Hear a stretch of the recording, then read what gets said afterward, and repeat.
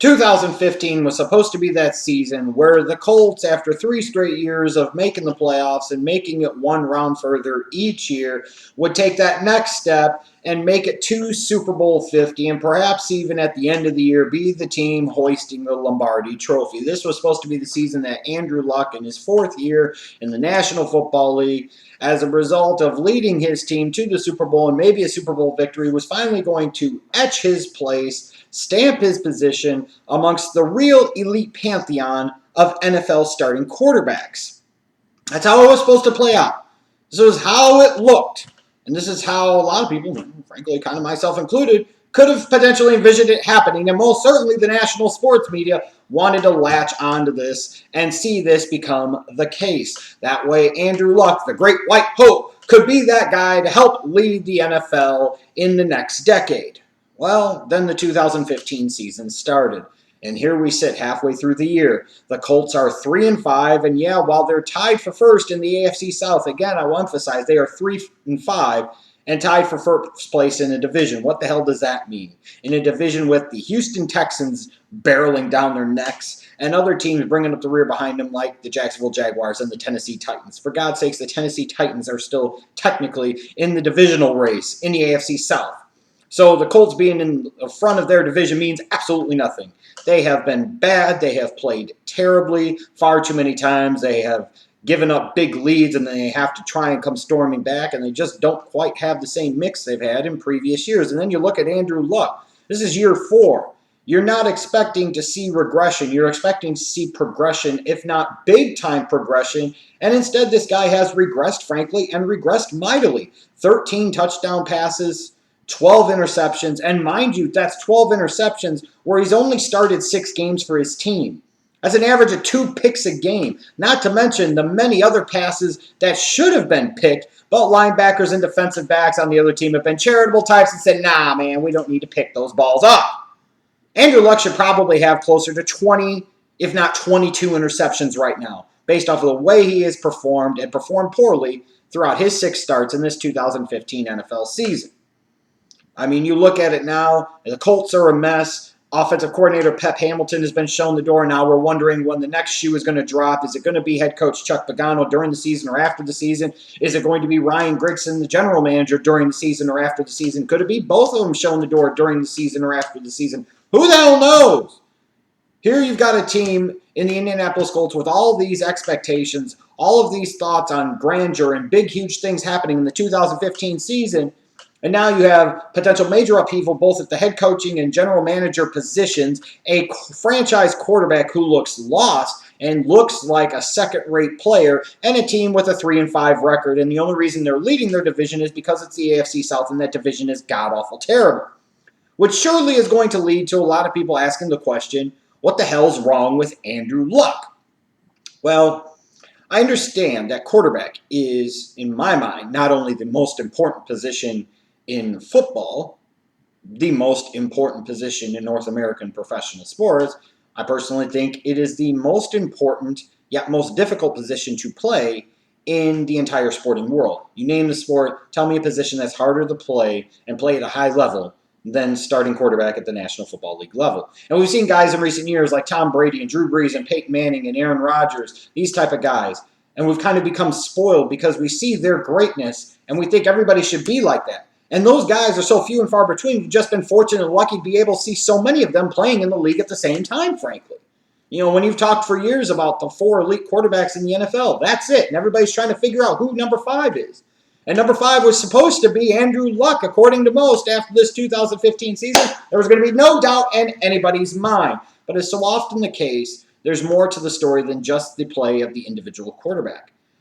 We know this. When it comes to quarterbacks, they get far too much credit when their team wins and far too much blame when their team loses. Unless you're Peyton Manning, then you get 95% of the credit when your team wins and 5% of the blame when your team loses. In general, though, Otherwise, it is when the quarterback plays okay, but the team wins. The quarterback was great. He did what he needed to do to help the team win, blah, blah, blah. And if the team loses and he doesn't play well, but all other aspects suck too, then we focus all on the quarterback, and it's all this and it's all that. See, the Cincinnati Bengals is a perfect example. Andy Dalton has been one part of the problem in recent years, but he's been far from the only problem. But the primary focus ultimately is on Andy Dalton because he is the quarterback. But I think when you look at what's wrong with Andrew Luck, you have to look deeper, and I start with the infrastructure, and the infrastructure put in place primarily by general manager Ryan Grigson. You draft Andrew Luck in 2012. Peyton Manning hurts his neck, misses the 2011 season. Timing couldn't have been better. Here you are, the Colts. You tank the year. You get the #1 overall pick. Ta-da! White Jesus 2.0 staring you square at the face coming out of Stanford, #1 overall. So you take him. But then in next year's draft, you're picking in the bottom portion around #1. You decide to take a edge rusher in Bjorn Werner, who really wasn't a good fit for the 3-4. All the while passing up on guys like DeAndre Hopkins, Travis Frederick, even guys that were taken in the second round, running backs like Giovanni Bernard and Le'Veon Bell especially. And why is that so important? Well, here's a draft when you're talking about when you find that franchise quarterback, the #1 priority is to effectively build around him. You have to build around him by giving him a quality running game, quality weapons on the outside in the passing game, and then protection up front. Well, you look at that first-round pick, and it accomplished none of those three things. And all the while, they passed up on guys like DeAndre Hopkins. Could you imagine Andrew Luck having DeAndre Hopkins to throw the ball to? Could you imagine Andrew Luck with Le'Veon Bell to hand the ball off to? Or even a Travis Frederick, hell, who a lot of us thought was a reach in 2013 for the Cowboys in round 1. Imagine him being the guy square dab in the middle, right in front of Andrew Luck, protecting him in the interior. Now we go to the 2014 draft. It'd be nice to go there. And the Colts, to be fair, getting guys like Mewhort in round 2, the offensive lineman from Ohio State, and Dante Moncrief in round 3 out of Ole Miss, they didn't do a bad job considering what they had. But part of the problem was they didn't have a first-round pick because they traded away for Trent freaking Richardson. I mean, that looks bad on all parties now. Nobody really won from that. You can say, well, the Browns were genius. Yeah, except for the fact that they had Ray Farmer drafting. Instead of in that 2014 draft drafting Odell Beckham Jr. and Teddy Bridgewater like the hell they should have done, like the hell I thought they should do, they sat there and took Justin Gilbert and Johnny Manziel. They turned Trent Richardson into Johnny Manziel. They turned one problem into an equally big problem. 2 busts.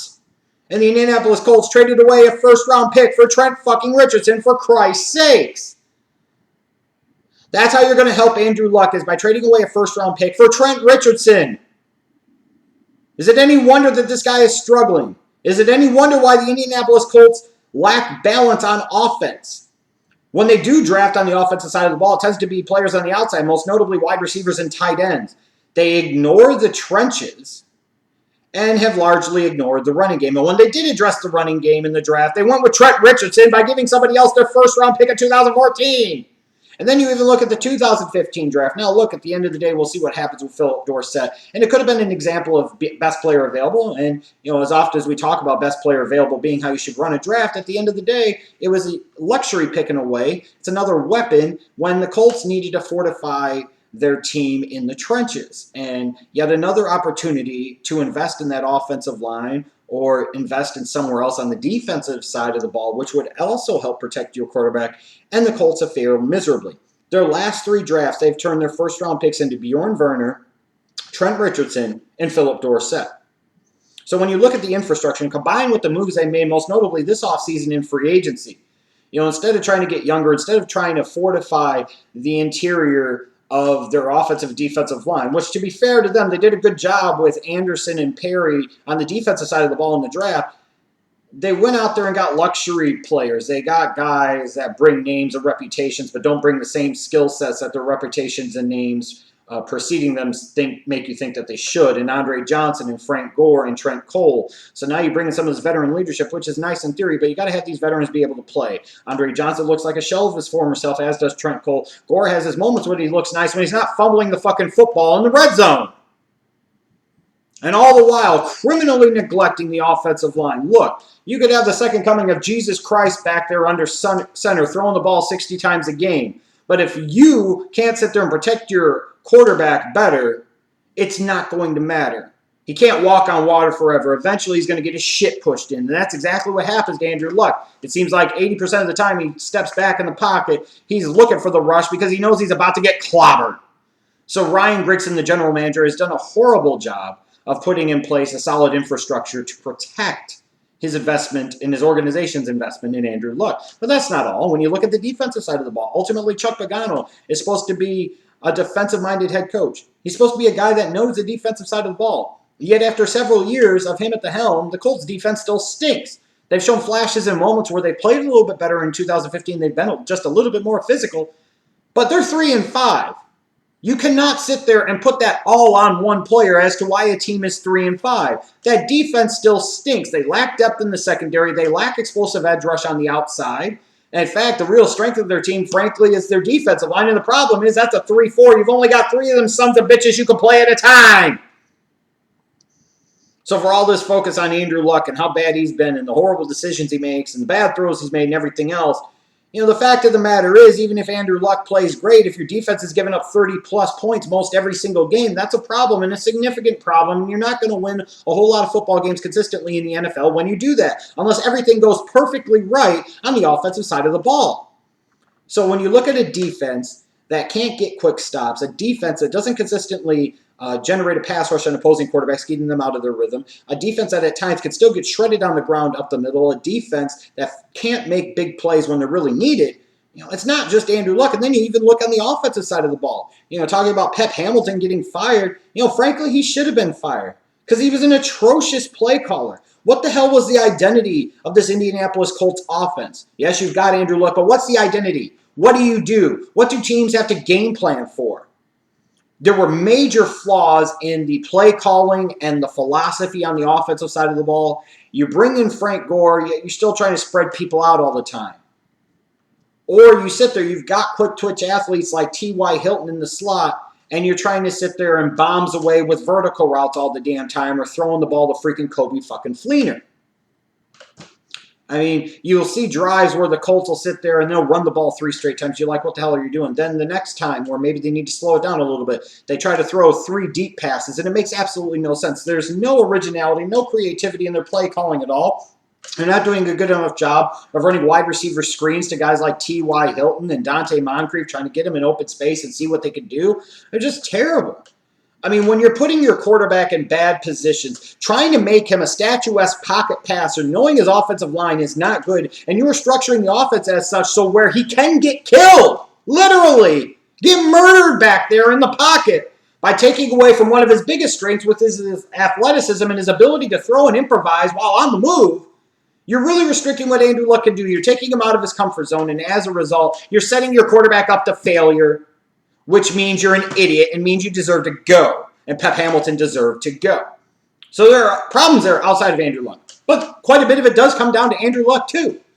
A lot of what's wrong with Andrew Luck is Andrew Luck himself. And a lot of this, frankly, goes back to what I saw in him coming out of college at Stanford. If you remember, I wasn't quite as high on him as everybody else was. I know he was the chosen one, but he wasn't the chosen one for me. To me, I still see a guy in his 4th year in the NFL that struggles to trust what he sees. Too often, he wants to sit there and wait until a guy is seen open before he throws it to him instead of throwing a guy open. It was a problem at Stanford, and I think the problem has only been exacerbated in the NFL, in particular in this 2015 season. Oftentimes, when you see a guy is open, by the time you make the decision, you throw the ball, you've gotten rid of it, and it's on its way, the receiver is no longer open. His ability to anticipate and trust what he sees was a problem at Stanford if you watch the film, and it's still a problem now. And clearly something from a rib standpoint, a shoulder standpoint, a combination of things is affecting what was already a less than elite arm in terms of strength to begin with. Luck never had the biggest arm. People want to look at a guy that's 6'4", 230 pounds and automatically assume he had a rocket arm. They will say that about Blake Bortles. They say that about Jameis Winston. Well, if you actually watch the film and you let your eyes tell you what you see, Andrew Luck never had an incredibly strong arm. He didn't have the ability to rifle the ball into tight spots. So when these injuries, like rib injuries potentially and shoulder injuries as well, get factored into the equation, all it's doing is sapping a little bit more of that lack of elite arm strength that he had to begin with. So when you combine that with the fact that he's throwing into very small throwing windows because in part he doesn't trust what he sees, it's not a surprise to see that this guy's getting picked off all over the place. On top of the fact they've made Andrew Luck, as much as possible, a one-dimensional quarterback. This is what I don't understand. One of the things I thought that should have been talked about more with him coming out of the 2012 NFL draft was the fact that he was a really, really good natural athlete. People underestimated just how good of an athlete Andrew Luck was. And with all the talk about RG3 and his 40 speed and all of this and all of that, in terms of a functional quarterback athlete at the NFL level, Andrew Luck had more of what you need, because he could throw on the move to both sides. He could still be looking down the field when he was on the move. He was more natural in terms of his movement within the pocket, all of these different things. But somehow Andrew Luck has allowed himself to become too stationary in the pocket. And I don't understand it. Why? Maybe it is because his ribs are bothering him. He's afraid of taking big hits. Maybe he's worried about his shoulder and afraid of taking a big hit. But you have to be willing to play to your strengths. And one of the frustrating things I see about Andrew Luck is a guy that's a really good athlete who could really move. At times, the defense is giving you 8-10 yards on the ground. You got to take it, because Andrew Luck, the runner, can help Andrew Luck, the thrower. When a team knows that you're going to drop back and you're just going to sit in the pocket until you throw the ball away or you take the sack, it limits what the defense has to worry about. It limits what the defense has to game plan for. You're basically limiting your possibilities and ultimately your offense's possibilities. Becoming too stationary in the pocket has significantly impacted Andrew Luck's game. And I blame Pep Hamilton for this, but at the end of the day, that comes down to feel and instincts, and that comes down to the player. And that, in this case, comes down to the quarterback, Andrew Luck. He has to understand better situational football. He has to understand what skills he brings to the table. If he's struggling through the air, then make teams plan for you on the ground. If you're struggling with your decision-making, then simplify things. Go for your checkdowns more. Stop trying to force the ball over the middle of the field when you're throwing matzo balls up to fucking begin with. And we talk about the Monday night game against the Panthers, a game where they were getting blown out, and then all of a sudden they come storming back like gangbusters. They still found a way to almost screw the pooch on that, because for some reason somebody decided that they wanted to call a play that would call for his primary read to be Andre Johnson, of all freaking people, over the middle of the field in the freaking end zone where he's double covered, and then Andrew Luck's dumbass decides he's going to fucking force the ball and throw it there. You have to know your situations. You've got the field goal. A short field goal ties the game. You don't want to screw that up. If you're going to take any shot, then you throw a fade where only your receiver could get it. And if he can't get it, it's incomplete. Clock stops, and you kick the field goal. You go to overtime. You even look late in that overtime. Knowing that his arm isn't that great, knowing that he struggled to fit the ball in the tight windows, why is he throwing these floaters, these matzo balls over the middle of the field into double coverage? I mean, this is a guy that graduated from Stanford. He's supposed to be one of the smartest quarterbacks in the league. Yet he consistently demonstrates a decision-making level that is equivalent with flunking out of community college. So while the infrastructure hasn't helped him in terms of the general manager and the head coach on the defensive side of the ball and the play calling from the offensive coordinator and the game plan on the offensive side of the ball, a lot of this falls on Andrew Luck. It's year 4 now. You've been given plenty of tools to succeed. Yes, the offensive line isn't great in front of you, but not every quarterback has a great offensive line.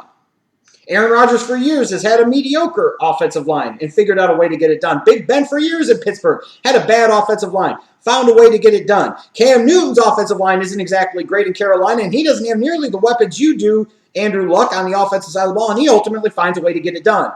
Great quarterbacks rise above the situation and make others around them better. See Tom Brady in New England as a perfect example of that.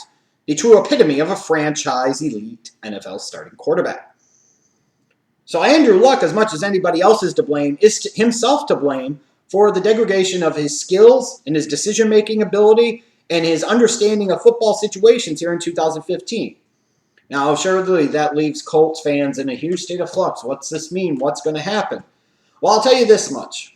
When you look for a relevant NFL comparison for what Andrew Luck is going through in 2015, his 4th year in the league, I go back to Colts history and I look at Peyton Manning in 2001, his 4th year in the league. Well, remember that year. Playoffs! playoffs after his, 4 or 5 turnover game at home against the San Francisco 49ers. We all remember Jim Mora's epic rant about the playoffs, and they'll be lucky to win a damn game. And I don't think they did win another damn game that year. But you're talking about Peyton Manning, who had some flashes and some moments where he showed that he was going to be who people thought he was going to be coming out of but 2001.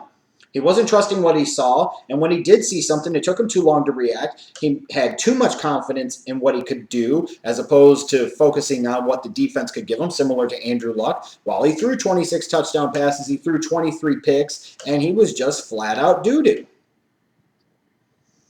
But then you look at what happened for 2002 and beyond. That should leave Colts fans hopeful that Andrew Luck can get this thing figured out, because there's time. At the end of the day, Luck is still only, 25 years old? He hasn't even reached, arguably, the peak years of his NFL career. And when we look at guys like Peyton Manning and Tom Brady and Drew Brees and guys like Aaron Rodgers, and we look at him and we say, my God, this is what elite NFL quarterback play is. We see where Andrew Luck is and where he was supposed to be and how far away he is from that. Just keep in mind, early on in his career, Tom Brady wasn't an elite NFL quarterback. It took time. Peyton Manning, while the media wanted to make him an elite quarterback at that time, he really didn't start to become one until 2002 and afterwards, if we're being frank. Drew Brees, there's a reason the San Diego Chargers went and got Phillip Rivers in the 2004 draft. Brees had a couple of nice years after Rivers was in the fold in San Diego in 2004, 2005, but it took until he got to New Orleans in 2006, his 6th year in the league, before he really took that step and became an elite quarterback. The point I'm getting at here is sometimes it takes time. And it doesn't always happen instantly. There's a lot wrong with Andrew Luck and his game and the support structure and infrastructure around him, but there's still plenty of time to fix it. And this is a team that could still get hot and still, I believe, cause some damage in the playoffs come January. However, they've got to get this right. And the offensive staff at the Indianapolis Colts and Andrew Luck need to reassess everything that they're doing, realize what they're doing well, most importantly, what they're not doing well, and what they need to do to change it. They need to restructure the entire way they structure their game plans and put together their offensive philosophy. And Andrew Luck needs to understand what he can do, what he can't do, what he needs to bring to the table, and what he needs to show. Stop throwing the floaters over the freaking middle of the field. Stop always trying to bombs it away on 3rd and 20, because that's not always the best decision. Every once in a while in today's game it is, but it's not always the best decision. And sometimes understand that maybe the best runner that the Indianapolis Colts have is not Frank Gore. It's Andrew Luck. He needs to use his feet. He needs to use his athleticism. If the ribs and shoulder aren't bothering you enough to the point where you can't play and you can suit up every Sunday, then you need to figure out a way to play through that pain and do what's best for the team. Because right now I see a quarterback that's somewhat gun-shy, that keeps trying to say the right things, taking responsibility, but he's ultimately not really taking responsibility because he's not shaking shit up and he's not changing what he's doing wrong and fixing it and making it right.